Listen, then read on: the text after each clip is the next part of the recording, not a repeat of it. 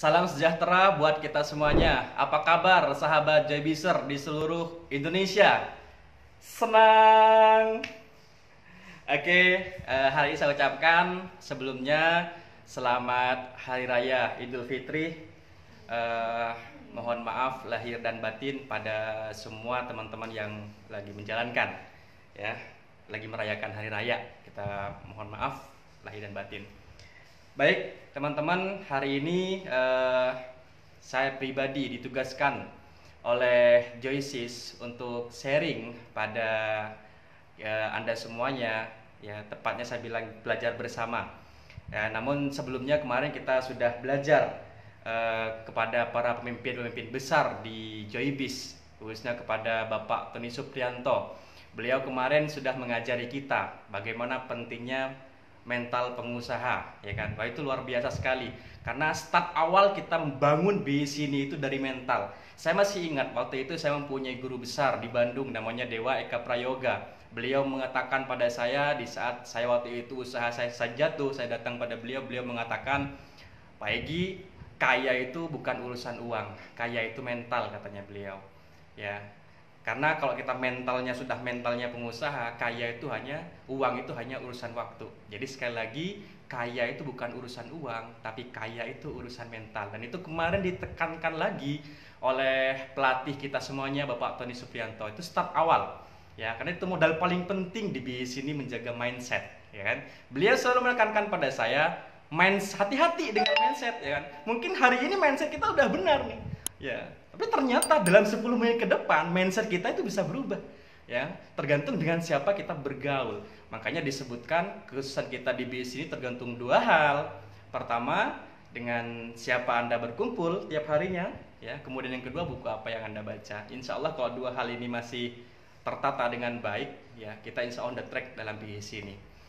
Kemudian yang kedua, kemarin kita juga sudah belajar kepada upline saya, juga pelatih saya, Bapak Ferry Arifin. Beliau luar biasa dari Jogja. Beliau mengajari waktu itu pentingnya membaca buku, mendengarkan audiobook, dan menyimak videobook. Ya, itu salah satu hal yang sangat penting, faktor. Karena sampai detik ini kami tetap mendengarkan audiobook dan bahkan maniak gitu. Dan saya lihat beberapa tim saya yang maniak. Jadi bukan kalau di yang kita tahu kan di 7 agenda networking rutin, di situ kan mendengarkan audiobook atau di buku sharing class, ya teman-teman, ya. Mendengarkan audiobook itu kan kurang lebih sekitar 30 menit. Ya, tapi saya katakan pada teman-teman saya, pada tim saya, ya kan, orang rata-rata itu mendengarkan 30 menit. Tapi kalau kita melakukan lebih dari rata-rata, mendengarkan satu judul, 2 judul, 3 judul per hari, itu maniak gitu.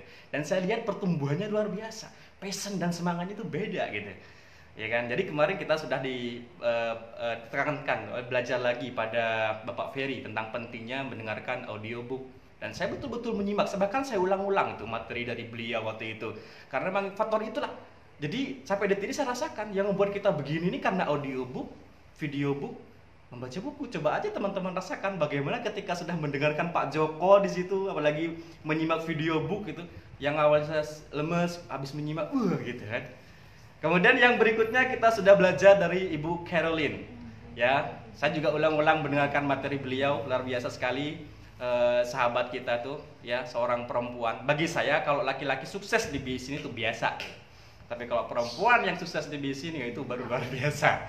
Ya, beliau mengajari kita itu bagaimana tentang artinya komitmen dan persisten. Artinya persisten itu ulet.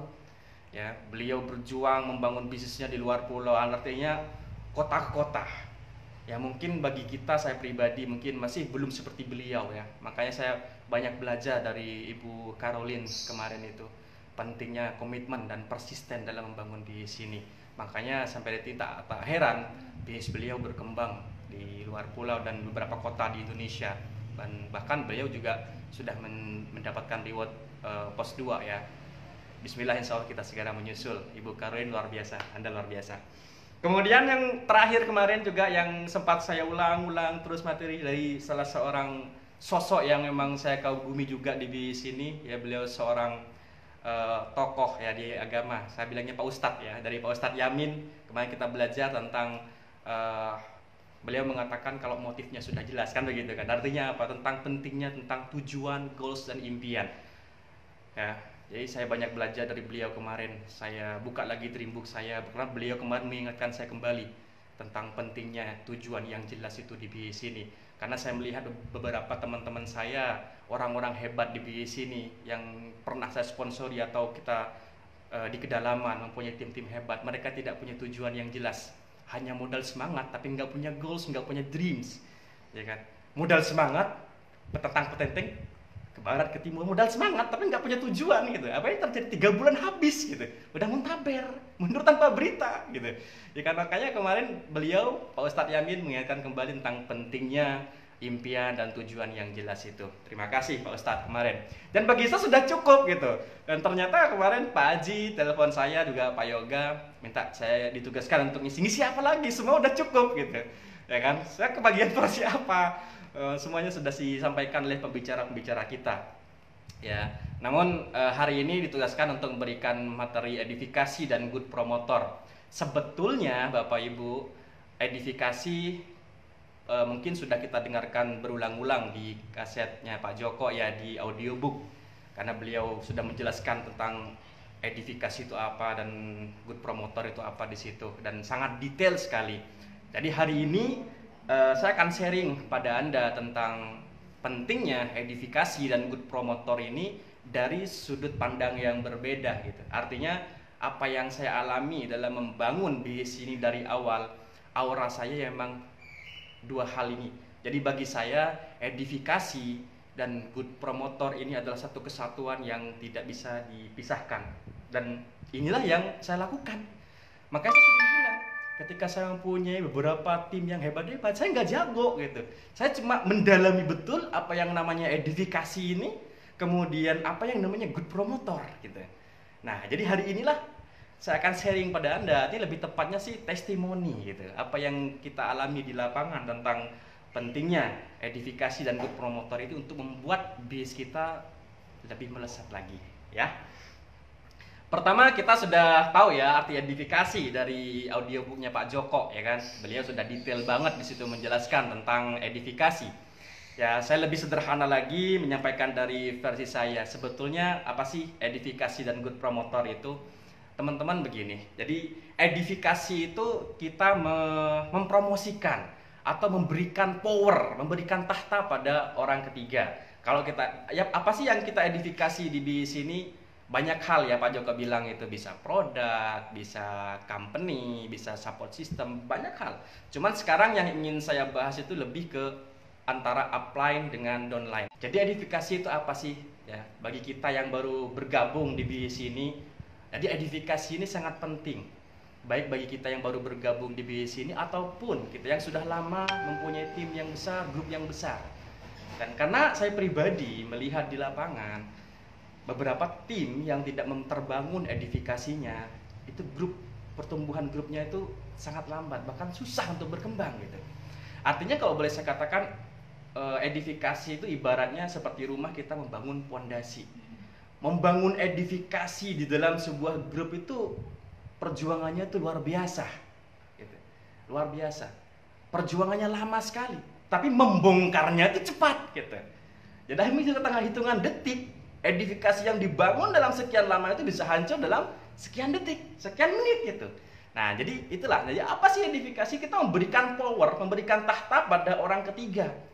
Karena Pak Joko mengatakan hukum edifikasi itu siapapun boleh kita edifikasi. Bahkan sering saya edifikasi itu memberikan mempromosikan. Bahkan edifikasi itu katanya Pak Joko di 3 tingkatan ya. Edified itu kita mempromosikan dengan tulus, bahkan dengan tindakan, menghargai. Kita memberikan penghargaan pada orang ketiga. Bahkan yang sering saya lakukan itu ketika saya turun kepada tim, kepada teman-teman, kepada orang baru, saya sering edifikasi crossline, edifikasi upline, siapapun kita berikan penghargaan, kita bicarakan orang ketiga, bicarakan hal positif tentang orang ketiga, tentang kelebihannya dia kepada orang yang ada di depan kita gitu. Itu edifikasi, memberikan penghargaan siapapun, asal jangan diri sendiri. Karena kalau diri sendiri pasti enak gitu. Ya kan? Karena kalau kita bicarakan diri sendiri, kalau katanya buku itu, di buku Skill with People dikatakan di situ, sehebat apapun diri Anda, orang 1000 kali lipat tidak akan peduli terhadap Anda. 1000 kali lipat dia lebih peduli terhadap dirinya sendiri. Jadi kalau kita membicarakan diri kita kepada orang lain, sehebat apapun kita, mereka nggak peduli gitu. Enak, ya. Makanya gimana caranya kita memberikan kekuatan pada orang ketiga. Nah, selalu contoh misal nih, kita di lapangan mau presentasi, mau bertemu dengan orang baru. Ya, kebanyakan di lapangan terjadi begitu. Ini fungsi edifikasi nih ya. Nah, kita bawa upline, gitu. Kita bawa upline. Atau kadang upline telat datangnya, kita datang duluan, upline datang. Coba kalau nggak ada edifikasi, ya kan? Oh, itu teman saya datang, upline datang. Kita berdua nih sama teman, ya, sama teman saya yang mau saya presentasi. Karena saya masih baru, saya butuh upline dong untuk menjelaskan, gitu kan? Akhirnya upline datang. Kalau kita masih belum paham edifikasi, apa yang terjadi? Ya, datang. Wah, itu, sini. Udah kumpul nih teman-teman. Wah, ini. Jadi teman saya yang paham produk Joybis yang biasa jelasin stiker itu. Oh, yuk jelasin stikernya sudah. Gitu. Itu yang kami alami. Apa yang terjadi? Ya. Seorang Viscount apapun peringkatnya di Joybis, kalau sudah nggak ada edifikasi di situ, apa yang terjadi? Ya karena mereka kan orang baru tuh mikir gitu. Ya kan? Ini orang diundang ke sini, ya kan? Nggak dihormati, nggak dihargai. Lawong dia temennya saja yang mengundang nggak hormat sama dia, apalagi saya, kan begitu kan di pikirannya dia kan. Apalagi yang sering terjadi, si downline, si orang baru nih, ketika upline ngomong, dia main handphone begini. Oke, Plan silahkan jelaskan sudah tentang Joybis itu gimana kemarin yang stiker-stiker itu gitu. Akhirnya Plan ngomong kan. Nah, ketika Plan ngomong, dia main handphone. Entah balesin WA kayak gitu atau apapun lah, meskipun hal yang dilakukan positif, balesin WA di grup kayak atau apa, tapi ini bukan waktu yang tepat gitu untuk dia lakukan. Karena kenapa? Ini sudah keluar dari fungsi edifikasi tadi. Hanya ketika si upline-nya ngomong kepada si orang baru, daftar nama saya tadi, daftar nama Anda, upline sudah ngomong, ya, apa yang terjadi? Pertanyaan saya, orang baru tersebut mendengarkan nggak? Nggak mendengarkan, Bapak Ibu. Ya, mungkin mendengarkan, tapi mungkin hanya sekedar ya menghormati aja lah gitu. Ya kenapa? Karena dia di benaknya dia berpikir, lawang dia aja yang ngundang main ketika dia bicara saya main handphone, dia main handphone, berarti orang ini nggak penting. Karena orang nggak penting, kata-katanya pun tidak penting. Ya buat apa saya dengerin? Kan begitu dia kan. Akhirnya dia juga dengerin kita setengah-setengah gitu. Karena ini terjadi pada waktu awal-awal saya join di bis ini, bukan hanya di bawah gitu. Ketika saya pertama dikenalkan bis ini oleh sponsor saya, datang ke rumah, dia ngajak upline-nya gitu. Ngajak upline-nya semangat jelasin, sponsor saya ini yang menjelaskan, yang mengenalkan Joybis ke saya ini, dia main handphone. Ya saya risih lah gitu. Nah, ini orang katanya apa namanya 001 yang dibawa ke rumah saya gitu kan. Bilangnya, oh ini 01 nih yang mau datang ke rumahnya Pak Egi nih. Katanya 001, tapi dia main handphone gitu. Berarti kan orang nggak penting. Mungkin 001 bikinan kali, pikir saya begitu gitu. Ya ini nggak saya dengerin, maka saya nggak join waktu itu. Ya kan? Ya itulah. Ya, dampak mungkin dia belum paham dari edifikasi. Bapak Ibu, ya sebetulnya upline kita tidak butuh penghargaan, tidak butuh edifikasi itu. Mereka apa-apain Bapak Ibu semua, beliau tidak butuh edifikasi. Kita tidak butuh dihargai dan dihormati. Tapi edifikasi itu penting buat diri kita sendiri. Pertanyaannya, bis Anda mau besar apa tidak gitu. Ya. Jadi kalau kita mengedifikasi, ya, apalagi edifikasi kalau pesannya Pak Joko di audiobook itu dengan tulus, dengan tindakan, lisan, semuanya dengan tulus. Wah, itu ngeri banget gitu. Ya kan? Contoh nih, itu yang kejadian pertama gitu. Kejadian yang kedua, beda cerita. Saya ngundang teman saya lagi. Tadi kan sudah gagal nih, dia nggak join karena nggak ada edifikasi. Ya, yang pertama tadi. Kemudian kejadian yang kedua ini, saya ngundang daftar nama saya lagi di rumah saya, ya kan. Kemudian, oke, sebentar lagi pembicara kita, beliau ini orangnya luar biasa, bisnisnya sangat besar dan beruntung beliau mau datang ke sini memberikan waktunya untuk kita berbagi pada kita semuanya. Jadi sebentar lagi kita akan belajar pada beliau. Jadi kita omongin sebelum upline datang gitu. Ya kan? Karena hukum edifikasi itu kalau nggak ada orangnya, kalau ada orangnya jangan. Ya kan? Kelihatan banget itu di setting gitu, ya kan?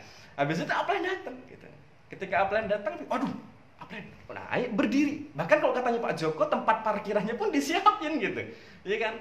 Akhirnya apa? Ketika datang si upline tadi, beda cerita. Wah, ini orang kok dihargai seperti itu gitu. Karena orang yang dihargai, berarti orang ini penting, ya kan? Karena ini orang penting, berarti kata-katanya pun penting, ya kan? Makanya layak saya dengarkan. Dan rata-rata ketika itu sudah terjadi, bahkan kita berdiri, apa yang kita datang, ya kan, dengan kupo, kota Pak Joko itu seperti kedatangan tamu bupati begitu, ya kan? Padahal apa yang naik motor, begitu, ya kan? Dan itu saya alamin. Karena kenapa? Beberapa di kedalaman daftar nama saya itu, teman-teman di bawah di tim saya itu semua rata-rata undangannya pakai mobil semua. Lah kita yang menjelaskan BC naik motor, tapi mereka semuanya pada nunduk, pada dengarkan. Kenapa? Mereka tidak melihat pembicara itu naik apa, tapi seberapa kita menghormati pembicara yang mau datang itu. Sehingga apa yang terjadi ketika si upline datang, kita berdiri ngambil tasnya, ya kan? Harus tulus Bapak Ibu, ya kan? Harus tulus. Kadang kita ego, apalagi kadang upline-nya lebih mudah daripada kita, atau kadang mungkin upline kita ini secara struktur ekonomi mungkin di bawahnya Bapak Ibu, mungkin secara strata sosial ataupun secara pendidikan di bawahnya kita. Kadang kita ego, ya kan? Hanya apa yang terjadi? Ya nggak terjadi edifikasi, ya kita yang rugi lah. Kemudian kalau kita nggak melakukan, hanya terjadi duplikasi. Dolen-dolen kita pun tidak akan mengedifikasi kita. Hanya di grup tersebut tidak ada edifikasi, Bapak Ibu. Tapi kalau kita sudah melakukan, ya, karena pemimpin itu melakukan baru dicontoh sama bawah gitu. Kita berdiri, kita ambil tas upline dengan tulus, ya kan? Kita ambil. Hanya apa? Si undangan melihat, waduh, sampai tasnya aja diambilin gitu. Hanya upline duduk, monggo Pak, kita persilakan duduk. Hanya si upline berbicara, menjelaskan Joybis kepada daftar nama Anda. Ya, ibarat kalau sudah edifikasinya begitu, sebelum datang kita sudah memberikan kita mengendorse, kita mempromosikan, kita mengedifikasi, kita membicarakan kelebihan-kelebihan dari pembicara ini, si upline ini. Sebelum datang kita sudah ngomong secara lisan, sudah masuk di otak bawah sadarnya dia siapa yang mau datang, sepenting apa. Datang pembicaranya, kita berdiri, kita ambil tasnya gitu. Kemudian kita duduk pun dipersilakan. Akhirnya beda, semuanya luar biasa banget gitu penghormatan. Hanya apa yang terjadi? Ketika ngomong, tidak ada satu mata pun yang berkedip, ya kan? Ketika sudah semuanya begini, karena kenapa? Orang penting nih gitu. Ketika mendemokan sesuatu gitu, apalagi upline yang berbicara dengan passion, dengan bersemangat, yang dengarkan semangat, yang ngomong bersemangat, apa yang terjadi? Gama. Karena itulah yang kami alami di lapangan, Bapak Ibu, ya kan? Jadi bukan kami yang hebat ketika closing itu, karena edifikasi yang terbangun di situ dengan betul-betul tulus. Akhirnya ketika semuanya terjadi, mudah untuk closing. Ketika closing gamma, alpha ataupun beta, apapun bentuk closingnya, yang terjadi apa? Yang untung siapa? Si upline? Enggak. Siapa? Kita. Karena mereka joinnya ke siapa? Kita. Bonus sponsor masuk ke siapa? Kita. Betul nggak? Upline? Enggak. Gitu kan? Jadi kita yang untung. Nah itu hukum edifikasi. Kita memberikan, ya, kita memberikan sesuatu, maka kita mendapatkan sesuatu. Kita menghormati upline, maka kita dapat sesuatu. Itu yang pertama. Jadi semuanya kita yang dapat, kita yang untung kalau kita jago edifikasi, gitu kan. Kebetulan beberapa waktu kemarin saya turun di beberapa tim saya di kedalaman yang memang belum terbangun edifikasi. Nah, dia mungkin melihat ketika saya ngomong, pokok kalau nggak Pak Egy yang presentasi, saya nggak mau home meeting katanya. Oh gitu. Ya udah deh, saya ini. Pokoknya saya mau pagi yang ngisi, nggak ngisi. Oke, saya ngisi. Tapi di situ nggak ada edifikasi. Apa yang terjadi? Ketika saya ngomong selama kurang lebih sekitar 30 menit, tidak ada satu orang pun yang mendengarkan saya ngomong. Karena ketika saya datang dia ngomong, "Baik Bapak Ibu, saya berterima kasih Bapak Ibu sudah hadir di sini ke acara saya begini. Oke, teman saya sebentar lagi akan menjelaskan tentang obat kumur. Oke, silakan Pak dijelasin." Hanya di benaknya mereka apa? Oh, sales gitu kan. Oh, yang datang ini yang ditunggu dari tadi tuh sales gitu. Akhirnya saya ngomong dengan aura begitu full power. Tapi apa yang terjadi? Semuanya pegang handphone. Kenapa mereka pegang handphone? Karena si tuan rumah pegang handphone. Akhirnya di ruang tamu itu main handphone semuanya pada WA masing-masing. Ada yang WA sama sebelahnya, ketawa-ketawa begitu. Akhirnya apa yang terjadi? Karena nggak ada edifikasi di situ. Ya, saya nggak masalah gitu, nggak ada edifikasi nggak masalah, upline nggak masalah, nggak ada edifikasi pun nggak masalah. Tapi yang rugi siapa? Yang undang. Akhirnya tidak ada satu orang pun yang bergabung, bahkan beli produk tuh nggak ada di situ, Bapak Ibu. Jadi banyak hal yang kita alami tentang pentingnya membangun edifikasi, dan saya melihat beberapa tim kami di Jember dan sekitarnya ketika leader-leadernya itu jago-jago edifikasi, ya grupnya tuh bertumbuh besar. Bahkan di sebuah perusahaan apapun, kebetulan kita pun juga banyak merintis sebuah bisnis ya di luar JBS ini. Ketika kita membangun bisnis tersebut dengan konsep edifikasi, itu ngeri banget. Timbul yang namanya respect, saling merespek. Tidak ada membicarakan satu sama lain karena semua sudah teredify, pondasi ini kokoh gitu. Ya. Jadi beruntung Bapak Ibu yang masih grupnya belum besar, ya mungkin kita hari ini masih sendirian. Beruntung karena kita start mulai hari ini, kita bangun dari satu orang yang kita sponsori, kita bangun edifikasi yang benar dari situ. Ya, kita mulai dari hal-hal kecil. Edifikasi kita bangun dari awal. Kalau sudah terbangun edifikasi ini, ngeri banget pertumbuhan bisnisnya. Cuman kembali ke yang tadi, edifikasi ini membangunnya lama, ya membangunnya lama, tapi untuk menghancurkannya sebentar. Gitu. Hanya dengan apa? Kalau katanya Pak Joko, sebar keraguan-raguan di dalam grup Anda, atau kita ngomong negatif aja, membicarakan negatif tentang upline, ya kan? Hancur semuanya. Makanya jangan sampai kita ketika turun ke bawah menceritakan hal-hal yang negatif. Kalau Bapak Ibu berpikir apapun yang negatif-negatif, jangan ke bawah, datang ke atas. Ya, datang ke upline. Ngomong sama upline, jangan ke bawah. Karena kalau ke bawah hancur semua yang Bapak Ibu bangun di sini. Jangan sampai lengah, ya. Itu sekilas tentang edifikasi, mungkin versi yang kita alami di lapangan ya. Kalau lebih detailnya, saya sarankan Bapak Ibu itu mendengarkan audiobook tentang edifikasi yang disampaikan langsung oleh owner kita Bapak Joko Hartanto Komara. Saya bolak-balik mendengarkan itu karena saya teringat betul Pak Joko sering mengatakan, karena banyak teman-teman di bawah sekali mendengarkan selesai, padahal beliau mengatakan, betul nggak? Ya kan? Kita mendengarkan sekali dua kali itu hanya pengetahuan, tapi mendengarkan berkali-kali itu pemrograman otak bawah sadar. Sementara kesuksesan kita di BIS ini itu tergantung dari otak bawah sadar. Ya, makanya kita dengarkan berulang kali sebelum tidur, terus dengarkan seperti yang Pak Ferry Arifin sampaikan kemarin. Kemudian berikutnya tentang good promotor, ya. Tadi sekilas tentang edifikasi ya. Kemudian yang kedua good promotor. Wah, ini passion saya banget gitu. Artinya good promotor ini kalau boleh saya artikan dengan banyak sih artinya jago promosi apapun itu ya, promosi tentang promo produk, promosi di pertemuan. Tapi saya hari ini ingin sharing pada Anda, good promotor itu lebih ke mengundang ya, mengundang ke pertemuan apapun itu. Ya, apalagi kita fokus good promotor itu ke acara apa sih? Ke acara siklus yang Pak Joko sering tekankan pada kita Bapak Ibu. Fokus pada penyebab. Gitu kan? Fokus pada penyebabnya. Apa itu? Home meeting, kemudian GOP, kemudian di situ ada PST, kemudian ada apa lagi? NGO, ya. Fokus ke acara-acara yang diselenggarakan JOYBIS, ya. Kemudian fokus ke home meeting, apalagi 4 siklus tadi yang kita sampaikan tadi. Jadi fokus mengundang ke pertemuan, ya. Apalagi pertemuan paling besar di BIS ini, ya. Karena pertemuan besar itu momentumnya besar, gitu, ya kan? Satu hal yang nggak bisa kita dapatkan di semuanya itu, di audiobook, di buku, apa itu? Momentum. Momentum itu nggak ada di buku, nggak ada di kaset, nggak ada di audio, itu ada di pertemuan Bapak Ibu, ya. Jadi kita jago mengundang. Karena nggak mungkin saya memotivasi semangat kalau mungkin saya punya downline 1-2 orang, it's okay lah ya, saya motivasi datang ke rumahnya gitu kan, motivasi 1 jam 2 jam mungkin dia.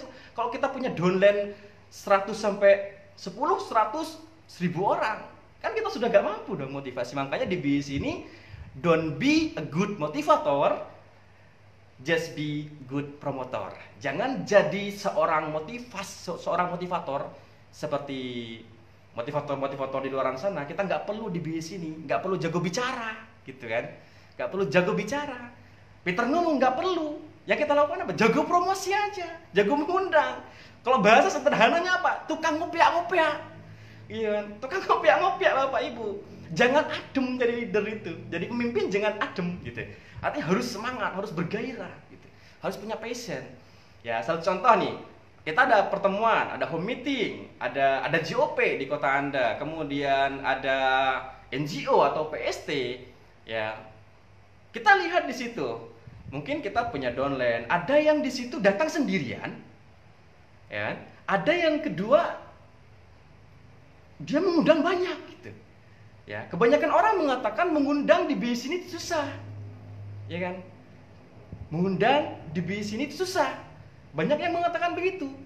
Ya kan? Karena faktanya mereka nggak bisa mengundang, nggak ada yang hadir. Tapi bagi sebagian orang, mengundang itu mengasihkan. Buktinya kita lihat kalau sudah ada JOP, ya kan, apalagi kayak kemarin biasanya yang selalu jadi momentum buat saya tuh ketika di Makassar, ketika di luar pulau itu kalau JOP itu gede banget, banyak banget yang hadir di situ. Ya kan? Artinya apa? Sebetulnya mengundang itu bagi sebagian orang itu mengasihkan. Nah, sekarang kita belajar. Karena salah satu kunci membuat bis kita bertumbuh itu kita jago mengundang, Bapak Ibu. Bukan jago motivasi, bukan jago bicara, jago mengundang. Ya kan? Saya melihat beberapa teman-teman yang hebat-hebat, tapi setiap acara JOP, setiap acara home meeting, acara NGO, saya melihat dia datang sendirian. Kadang undang satu, kadang undangnya dua. Beberapa kurang lebih 1 tahun lah kita membangun bis ini. Sampai detik ini pertumbuhan bisnisnya tuh gak signifikan, bahkan hampir tidak ada gitu.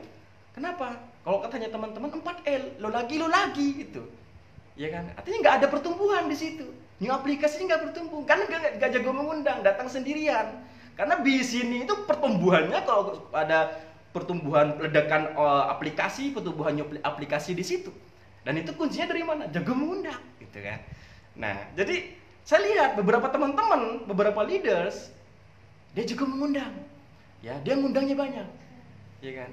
Nah, jadi yuk sekarang kita sedikit sharing pada teman-teman bagaimana sih kalau kita ingin menjadi seorang yang jago mengundang di bisnis ini. Saya yakin dan percaya, confirm, kalau Bapak Ibu setiap ada pertemuan, kalau sekarang kan lagi masa pandemi ya, jadi pertemuannya kan sekarang ini secara online. Kayak sekarang ini FB Live, kayak kemarin ada Bapak Yamin, Pak Ustadz ya kan, kemudian ada Pak Ferry, ada Ibu Karol, kemudian ada JOP setiap. Nah, jadi kita promosinya apa sih? Promosinya sekarang kita alihkan ke FB Live, ya, kita alihkan ke online sementara waktu. Tapi insya Allah saya beberapa waktu kemarin dapat kabar sih, insya Allah bulan Juni ini kan sudah mulai dibuka ya beberapa aktivitas atau lockdown di kota Jember. Yang saya dengar begitu, nggak tahu saya di kota lain. Makanya harapan saya segera selesai ya. Kalau belum selesai pun it's okay, saya nggak masalah gitu. Karena alhamdulillah selama masa pandemi ini udah kurang lebih sekitar 2 bulan lebih ya. Alhamdulillah pertumbuhan teman-teman, saya lihat bonusnya teman-teman di Jember ini malah semakin meningkat gitu. Malah bahkan semakin banyak peraih reward gitu. Karena sering tekankan ke teman-teman, ya kita melihat kejadian itu dari siapa sih gitu. Kalau kita melihat dari sisi positif, ya kan, semuanya positif. Justru sekarang adanya pandemi saya bersyukur Bapak Ibu. Makanya saya bersemangat ketemu ke teman-teman itu, ya kan. Kenapa? Karena di saat pandemi ini yang saya lihat potensinya apa? Dulu orang mendengarkan multi level marketing itu enak atau miring banget. Tapi sekarang saya punya teman pengusaha di Jember, ya, dia mengeluh usahanya anjlok total sampai mecat karyawan. Kebetulan ketemu dengan saya sebelum bulan puasa itu. Setelah itu dia tanya bagaimana bis Mas Egi yang di Joy bis itu. Ya, saya tunjukin pertumbuhan semuanya. Bahkan dia tanya bonusnya, saya tunjukin bonus saya. Dia kaget, ini pertumbuhannya. Saya bilang, apa yang terjadi?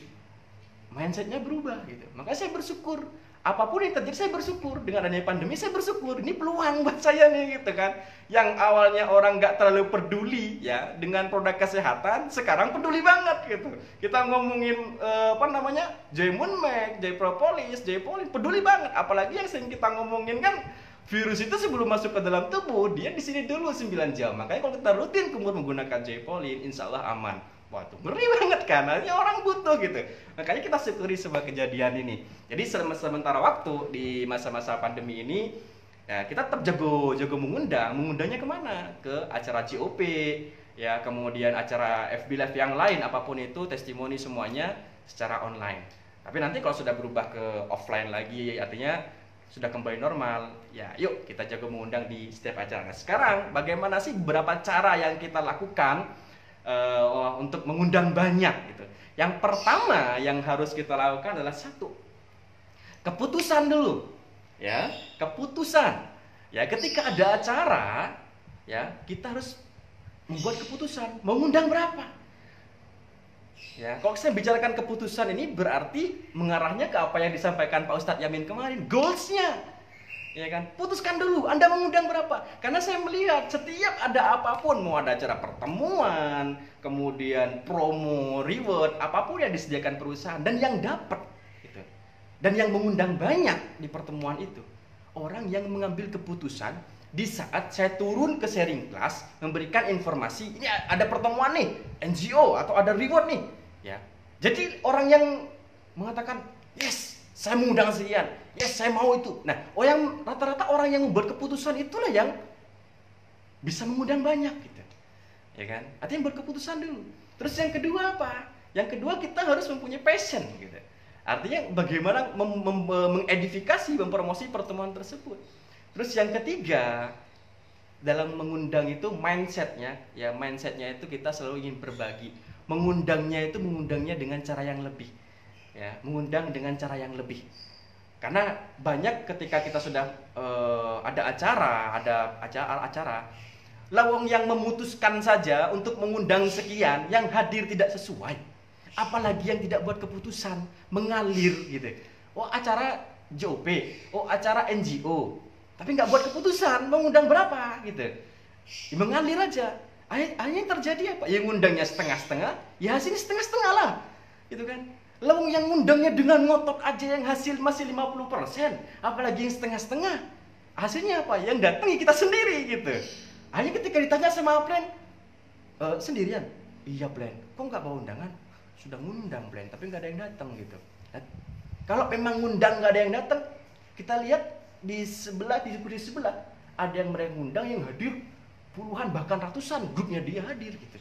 Berarti kan ada yang salah gitu kan. Artinya yuk kita koreksi. Jadi yang pertama Anda buat keputusan mengundang berapa, dengan cara apa. Ciri khasnya adalah biasanya kalau mau ada pertemuan, upline kan sering bawa tiket ya.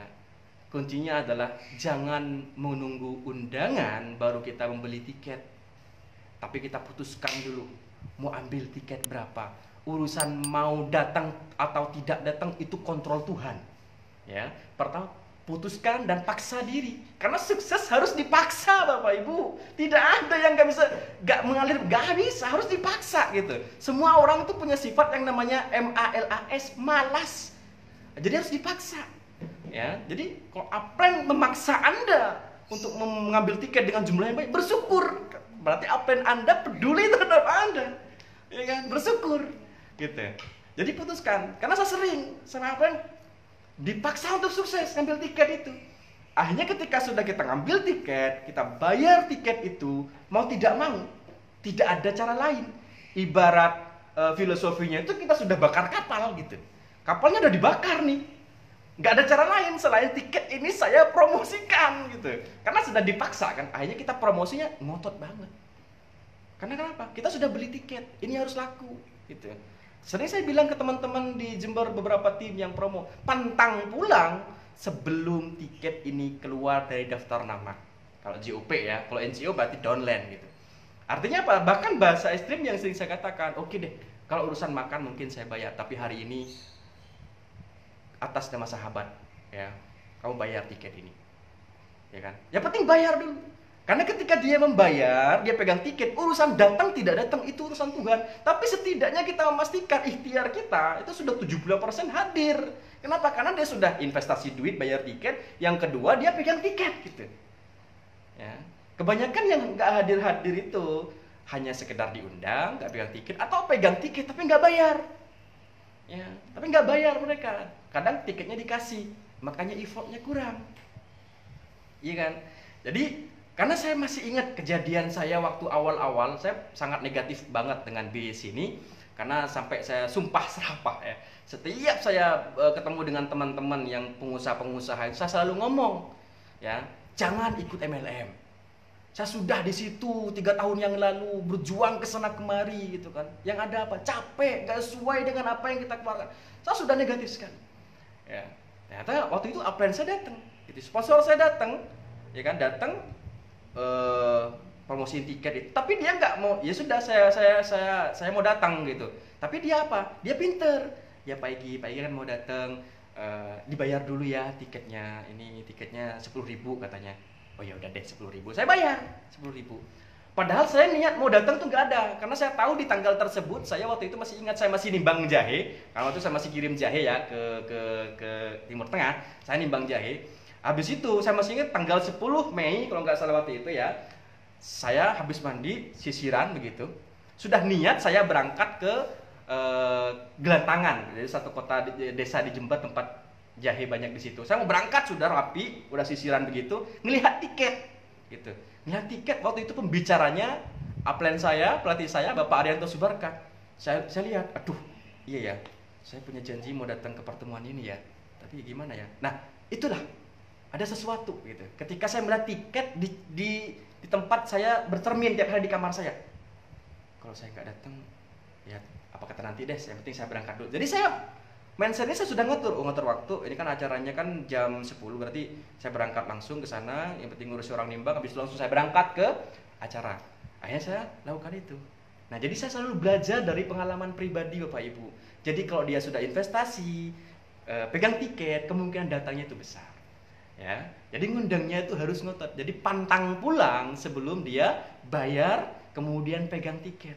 Bahkan ekstrim yang kami lakukan kalau sudah acara besar nih, ya kan, seperti anniversary, apalagi kayak recognition nih, kita promosinya tuh, ya kan, kita promosinya tuh on fire banget gitu. Ekstrimnya yang saya lakukan apa? Bener, ini yang saya lakukan, ya, yang saya lakukan di lapangan, sehingga alhamdulillah setiap acara di Jember semuanya penuh, dan beberapa teman-teman menduplikasi itu. Bahkan yang kami lakukan apa sih? Ketika saya ngundang ke acara, dia masih alasan ini dan itu, disuruh beli tiket, bayar tiket, masih alasan ini dan itu. Iya, saya mau datang, tapi kalau untuk bayar inilah, banyak alasannya. Jujur Bapak Ibu, saya selalu langsung bergegas dari tempat duduk, saya sujud depan dia. Ini yang saya lakukan. Saya katakan pada dia, saya pegang lututnya dia ini, saya pegang, saya turun, saya pegang. Kali ini saja, saya ngomong pada dia, kali ini saja saya minta kamu datang ke pertemuan ini dengan nada yang tulus. Nama kalau sudah tulus itu kan air mata itu nggak terbendung kan, itu otomatis nggak dibuat-buat, ya kan. Akhirnya dia melihat, kok sampai segitunya sih kamu undang saya, sampai kamu sujud. Karena acara ini penting banget, saya yang tahu betul acara ini luar biasa. Kamu kalau nggak datang rugi bang. Saya bilang, apa yang terjadi? Ya sudah deh, berapa sih tiketnya, berapa sih gitu. Apa? Dibayar lah. Kenapa? Saya sujud. Iya. Jadi kita ngotot Bapak Ibu promosinya itu. Semua cara kita lakukan, yang penting katanya tadi pantang pulang sebelum dia pegang tiket. Maka saya, kalau kamu nggak ngambil tiket, saya nggak pulang, saya di sini. Itu kan. Dia mikir, lah kalau saya nggak bayar tiket, ini Mas Egi nggak pulang, tidur di sini, susah kan? Ya belilah dia, gitu. Ya kan. Nah ketika beliau terjadi, setelah itu kita lakukan dengan ngotot ya, kita promosinya. Dan terakhir konfirmasi. Biasanya kalau acaranya siang, pagi kita konfirmasi, gitu kan? Di telepon ke atau di WA, selamat pagi, gitu kan? Selamat pagi Pak Budi, ya kan? Jangan lupa ya, nanti jam 10 acaranya. Mau berangkat bareng atau ketemu di sana atau saya jemput, gitu. Biasanya saya begitu, gitu kan? Mau berangkat bareng atau saya jemput, ya kan? Atau ketemu di mana, gitu. Saya tawari, saya kasih opsi. Akhirnya dia jawab. Kadang teman-teman tidak, sudah asik mengundang tapi tidak dikonfirmasi, gitu kan? Iya kan? Habis itu sudah ngundang banyak tapi nggak ada dikonfirmasi. Leadernya berangkat ke acara, berangkat. Habis itu udah berangkat, rokok-rokokan di acara mulai bingung. Keundangan saya nggak datang. Saya tanya, loh kamu nggak undang, kok nggak datang? Ya itu nggak datang, Blen, katanya. Lah ternyata setelah dicek, coba kamu telepon. Nah ditelepon lah sama dia. Halo, ya, Pak Budi. Oh ya, ada apa? Loh, kok nggak datang? Datang kemana? Loh, ke acara JOP. Oh iya, loh kapan? Loh sekarang Pak. Aduh lupa Mas. Nah itu yang kebanyakan sering terjadi. Gak dikonfirmasi. Akhirnya menjadi lupa. Ya bukan orang itu tidak mau datang Bapak Ibu, karena tidak dikonfirmasi. Dan konfirmasinya pun kita harus kasih opsi, kasih pilihan. Ya kan? Kalau kata itu kasih pilihan gitu ya. Jangan mau datang apa tidak, karena Pak Joko sudah mengatakan niat baik umurnya sebentar. Yes, memang saat itu dia sudah pegang tiket, tapi Kan acaranya kurang 1 hari, 2 hari, 3 hari. Kadang 3 hari kemudian dia udah berubah pikiran. Pak Joko mengatakan, saya sadar diri karena niat baik kumpulnya sebentar. Kadang ketika di WA, kadang nggak dibales, ya kan? Kadang cuma dibaca aja, padahal dia udah pegang tiket. Iya sih, karena apalagi tiket di Joybis kan murah-murah gitu. Tidak seperti seminar di luaran sana yang harus bayar ratusan ribu, jutaan gitu kan. Murah-murah karena disupport oleh Pak Joko luar biasa, Joysis ya. Kenapa saya bilang begitu Bapak Ibu? Karena saya orang seminar gitu. Dulu sebelum di network marketing pun kita biasa ngisi acara-acara seminar. Makanya salah satu hal yang membuat saya ngotot di BIS ini, kok di luaran sana seminar-seminar yang kita adakan ya, mereka bayarnya mahal, entah seminar apapun itu, setelah mereka semangat di ruangan, tidak ada yang membimbing gitu. Modal semangat pulang, padahal bayarnya banyak gitu. Bayarnya luar biasa mahal. Tapi di BIS ini uniknya apa? Kita ikut seminar, ditunjukkan caranya sama pembicara di situ, pulang apa yang terjadi? Anda dibimbing. Ini tidak ada konsep ini di luaran sana Bapak Ibu. Ini konsep luar biasa, hanya ada di network marketing dan di Joybis ini. Makanya saya ngotot banget gitu. Udah dikasih ilmunya di acara, udah kita semangat di situ, pulang dibimbing. Di luaran sana nggak ada begitu. Semangat kita coba, kalau nggak percaya Anda ikut acara itu, ya kan? Atau saya pernah ikut itu, semangat di ruangan, tapi pulang selesai gitu. Memang ada datang ke rumah Anda bimbing, ini Pak bisnisnya begini, besok kita ke situ ya Pak. Nggak ada. Jangan bimbing, kontak aja kita kagak. Cuma ketemu di seminar kan. Nah di bisnis ini unik. Bahkan Anda dibimbing sampai sukses pula. Dan yang bimbing bukan cuma 1 upline 2 upline, bahkan sampai ke atas upline Anda itu akan turun untuk membuat Anda sukses di bisnis ini. Itu unik sekali. Ya. Jadi kita kembali ke yang tadi. Jadi itulah. Jadi kalau kita sudah konfirmasi untuk mengundang dia ke seminar tadi itu, ketika dia sudah waktu konfirmasi dia tidak balas atau kadang dibaca, satu yang kita lakukan, jangan berangkat sebelum kita datengin. Rata-rata kalau waktu masih awal-awal ya, kita masih belum punya downline, rata-rata undangan saya itu saya datengin ke rumahnya, saya berangkat bareng, saya jemput, saya tungguin. Makanya saya pagi berangkat gitu. Bukan saya berangkat ke pertemuan dulu, saya berangkat pagi, saya sisir rumahnya tuh. Karena saya ngerti. Ya, Pak Joko sering bilang niat baik umurnya sebentar. Saya paham kalau dia sudah menolak saya, kemarin yes, sekarang no, saya paham. Itu wajar sekali buat saya. Ya kan, sadar diri gitu. Jadi saya yang harus berjuang dong. Saya nggak kaget gitu. Kalau kemarin yes saya mau datang, yes. Setelah acara di WA nggak dibalas, kadang dibaca ada di read aja di warna biru tuh, habis itu nggak dibalas lagi, mau datang apa enggak nggak tahu gitu. Ya kita harus ngalah lah, karena kita yang paham kan. Ya kita datang ke rumahnya, ya kita jemput, kita berangkat bareng.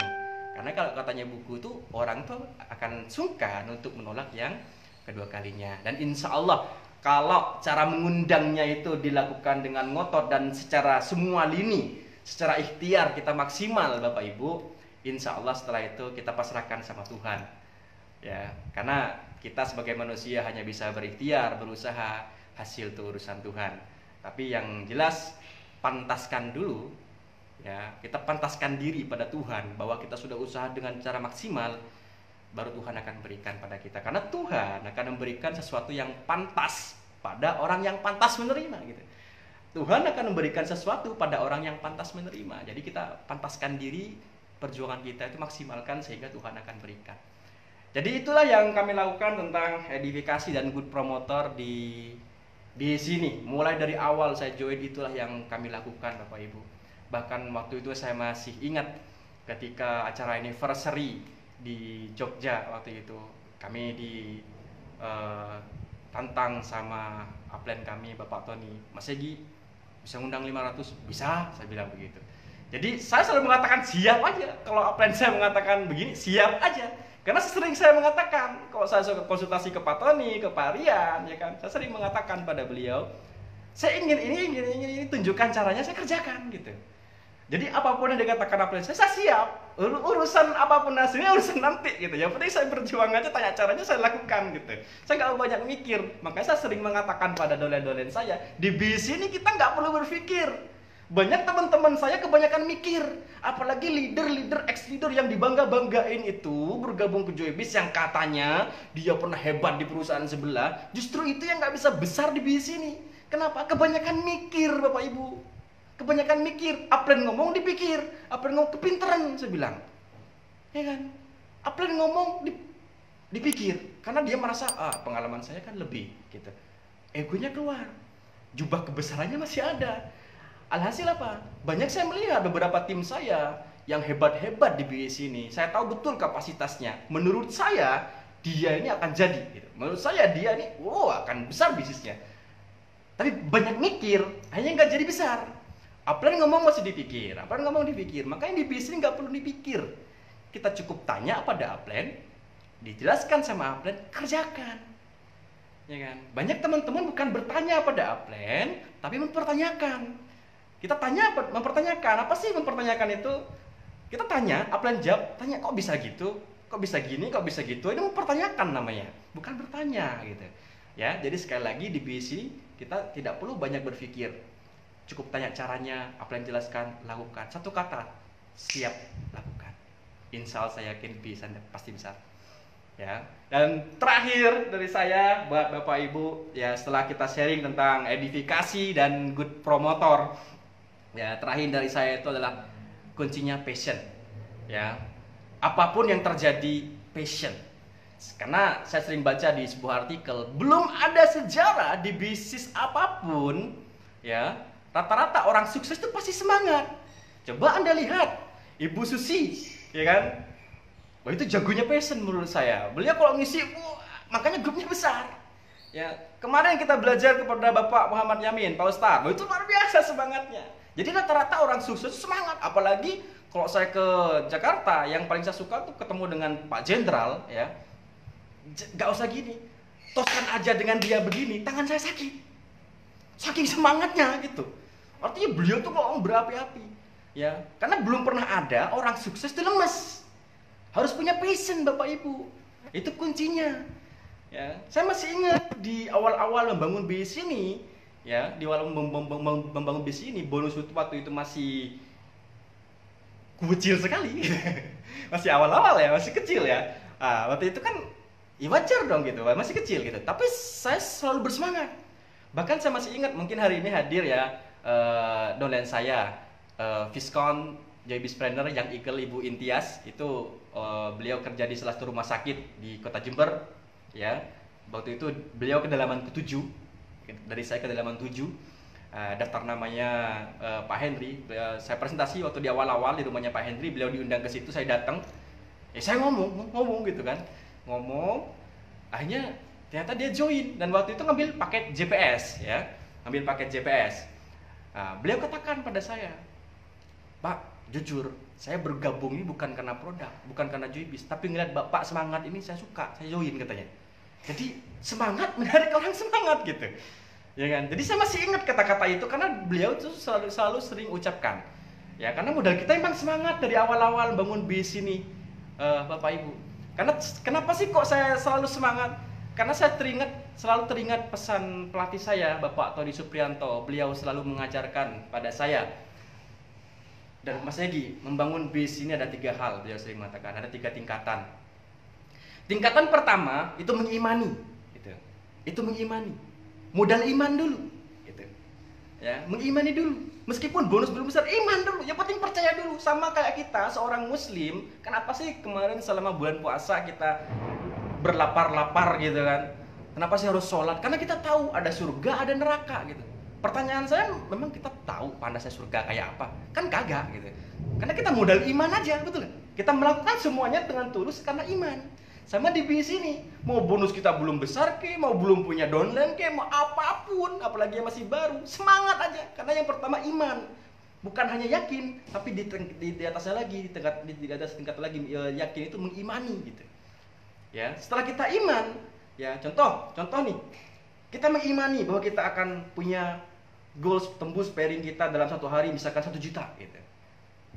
Yakin, iman, saya akan punya bonus di BSC ini 1 juta per hari gitu. Kita imani, makanya semangat gitu. Nah, setelah itu tingkatan kedua apa? Kita berjuang. Tingkatan kedua ini kita berjuang, kita dapat.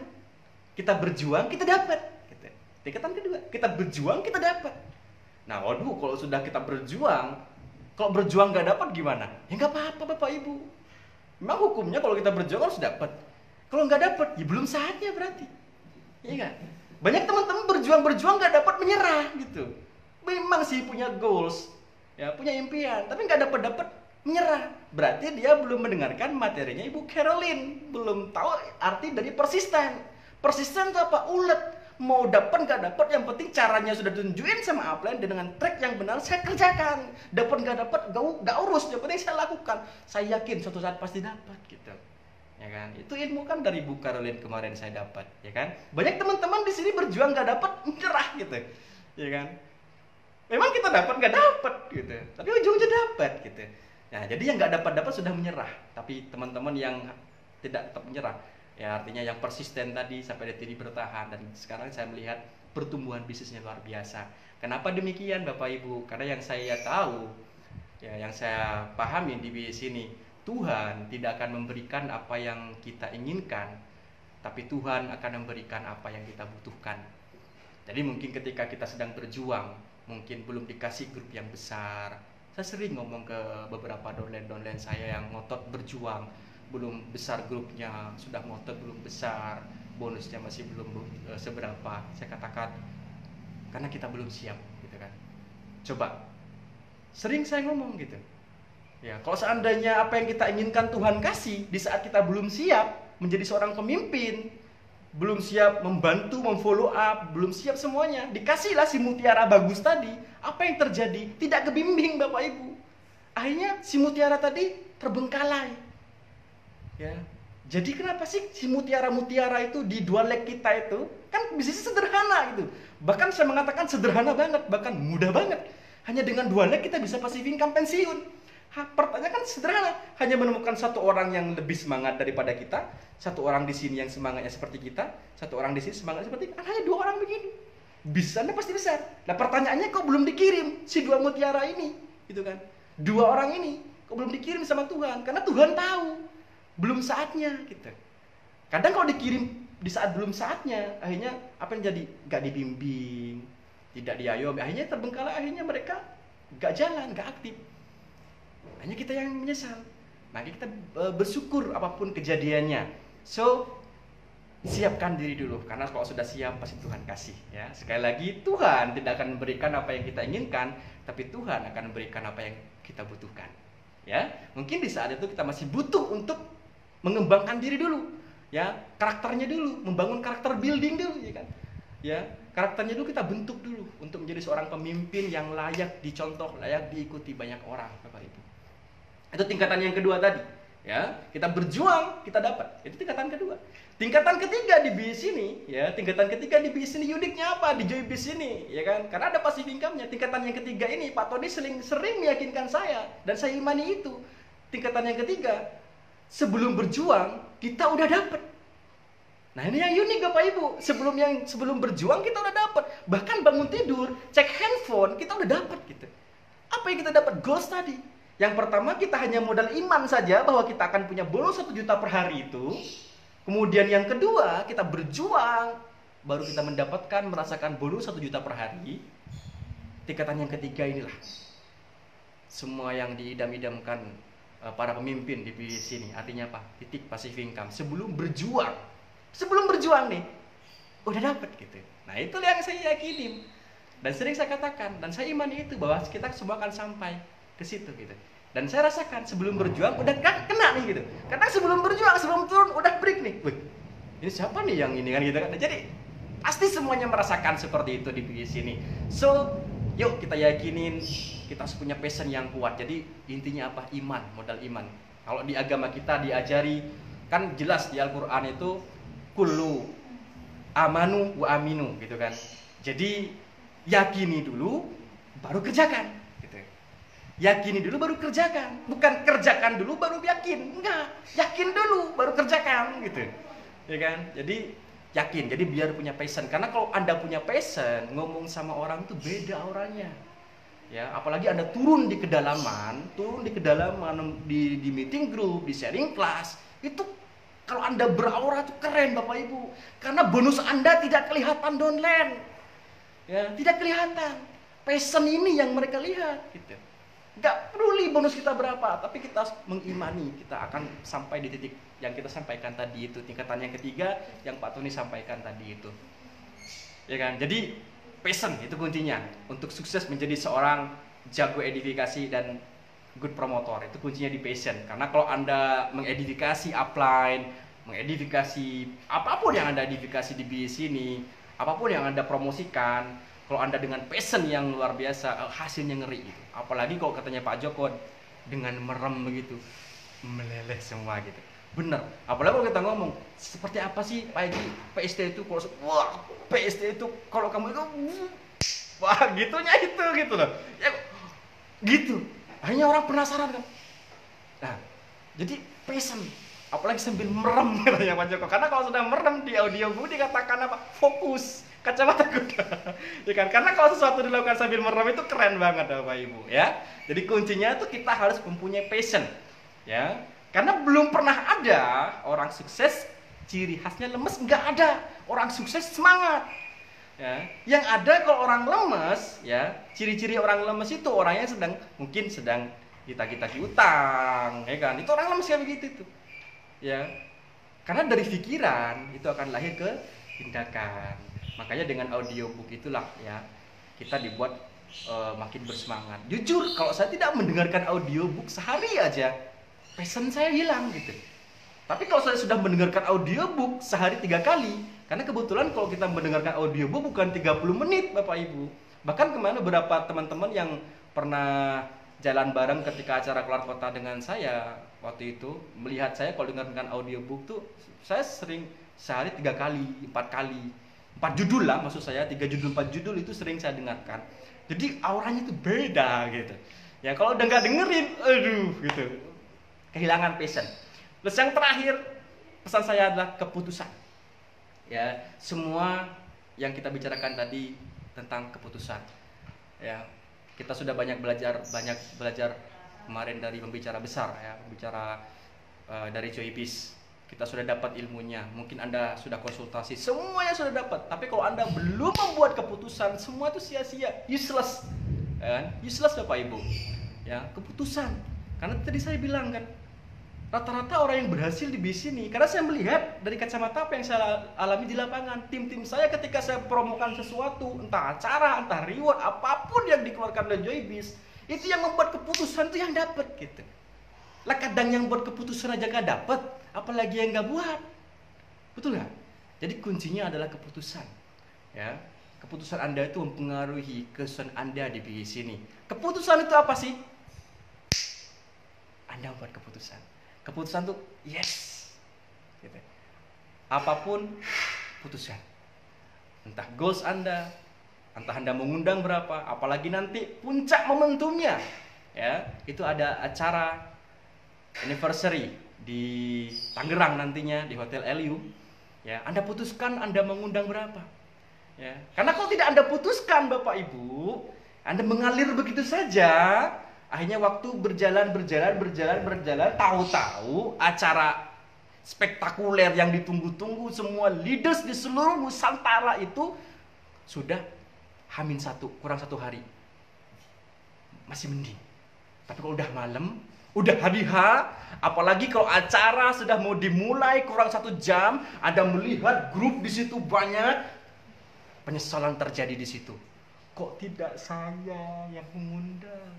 Kenapa saya tidak bisa menghadirkan banyak orang ke acara ini? Anda akan menyesal di situ. Makanya saya katakan bagi Anda yang setengah-setengah mengundangnya ke acara itu, siap-siap bawa tali dari rumah. Bawa tali dari rumah karena saya jamin ya, semua akan pada menyesal. Ya, jangan sampai kita gantung diri karena menyesal mengundang sedikit ke acara itu. So, kita ngototnya dari sekarang. Anda buat keputusan Anda mengundang berapa ke acara itu. Ya, Anda putuskan. Anda ngotot berjuang dan insya Allah Anda afirmasikan tiap hari. Ya, Pak Joko sering mengajarkan kita untuk melawan semua apapun yang negatif tentang diri kita dengan kekuatan afirmasi, untuk mencapai goals kita dengan kekuatan afirmasi. Apapun impian kita dengan afirmasi, semua sudah diajarkan Pak Joko tentang afirmasi itu. Anda afirmasikan Anda mengundang berapa. Misal, saya Egi mengundang 500 orang atau mungkin saya mengundang 100 orang di acara itu. Saya di acara anniversary mengundang 100 orang, saya pasti bisa. Anda bersemangat ngomong di depan cermin itu, afirmasikan tiap hari. Anda berjuang dengan ngotot seperti yang kita sharingkan tadi, dengan segala cara Anda lakukan, segala lini Anda terapkan, cara mengundang itu dengan passion, bahkan kalau perlu dengan bersujud seperti yang saya lakukan tadi itu, pantang pulang sebelum saya pegang duitnya dia bayar tiket itu. Ketika semua sudah lakukan afirmasi tiap hari, saya yakin, ya, libatkan Tuhan, pasti alam raya akan mendukung semua apa yang Anda impikan di bisnis ini, Bapak Ibu. Sekian dari saya, sukses buat Anda semuanya, dan mohon maaf kalau ada perkataan dari saya mungkin tidak berkenan di hati Bapak Ibu, atau mungkin semuanya saya pribadi mohon maaf karena itu bentuk hilaf dari saya. Semoga apa yang kita sharingkan bermanfaat, bisa saling berikan semangat satu sama lain. Karena pribadi saya ketika saya melihat pembicara Joy Biz, saya makin bersemangat. Semoga sharing kita hari ini bermanfaat buat Bapak Ibu. Kurang lebihnya saya mohon maaf. Sukses buat Anda. Sekian. Wassalamualaikum warahmatullahi wabarakatuh. Salam Joy. Senang.